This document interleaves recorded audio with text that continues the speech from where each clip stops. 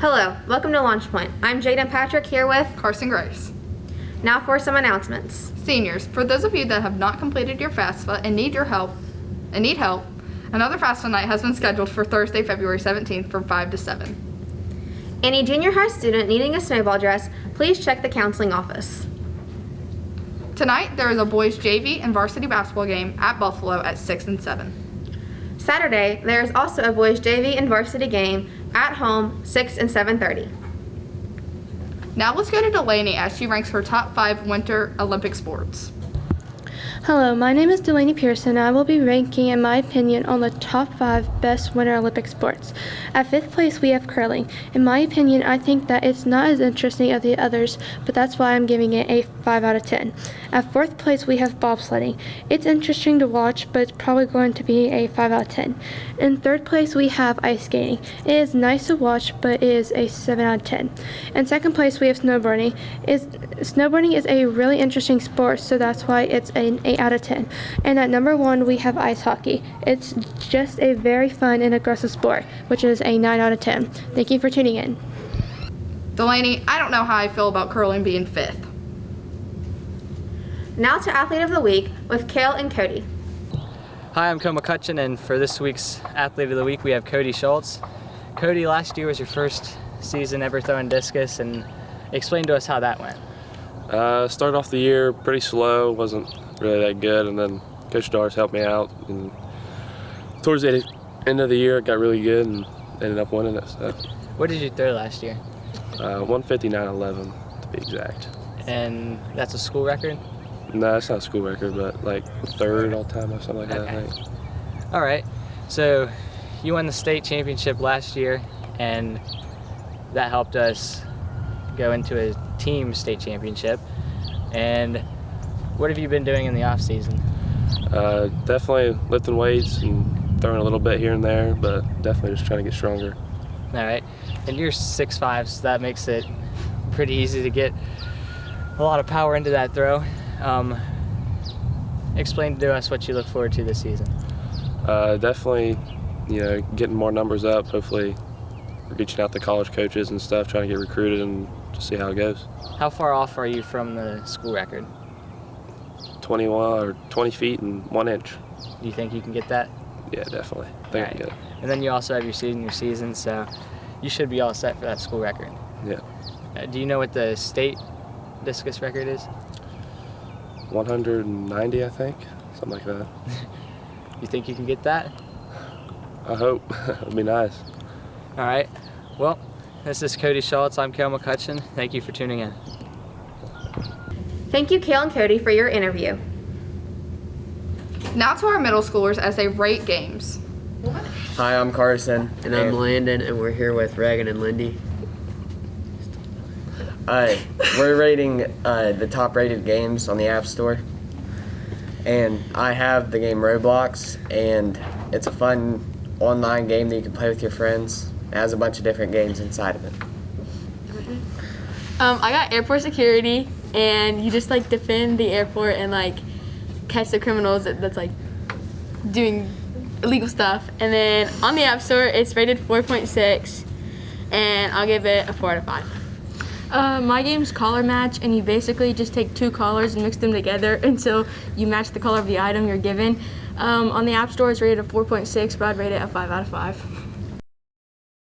And my game is Crossy Road, and you can use different skins, and you hop across the road, and you try not to get hit by vehicles, and if you stand too long, you get ate by some type of bird.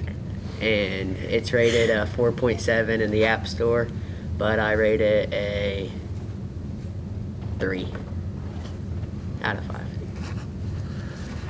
Bye, guys. I agree with Landyn with Crossy Road. Now to Luke Engel with his cooking segment.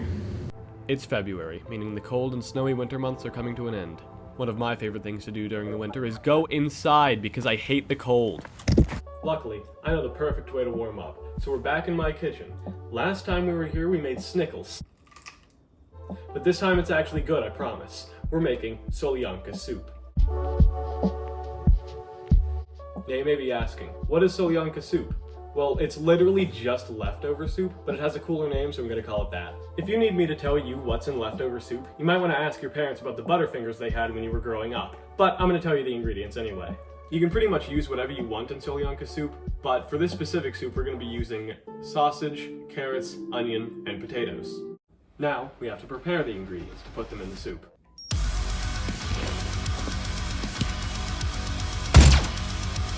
Magic!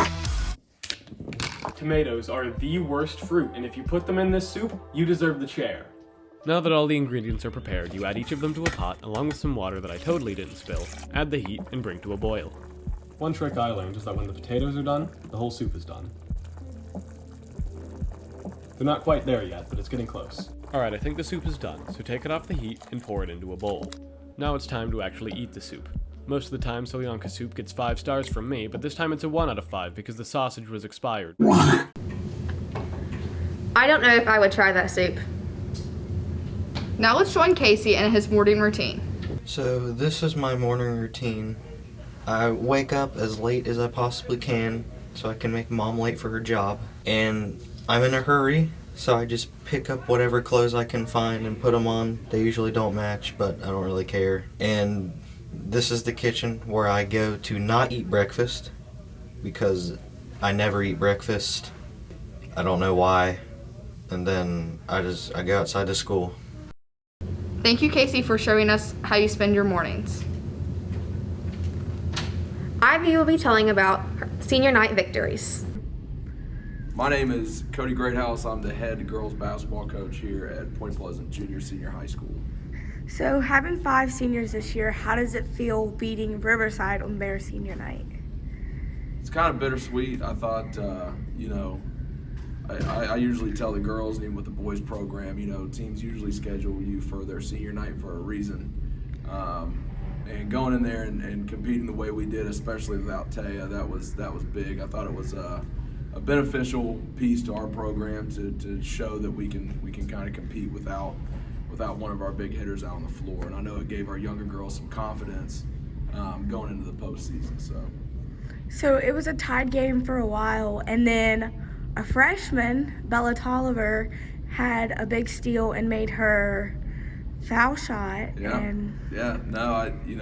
Bella, I've always been high on Bella, and I think as a head coach, you look at your younger group, and that's all you can expect out of them is just to go out and execute. And Bella, her upside is, the sky's the limit for that girl. I think she has everything that I need as a coach defensively. She'll give you everything on the floor anytime she's out there, and that's all you can ask for there. Okay, thank you. You're welcome.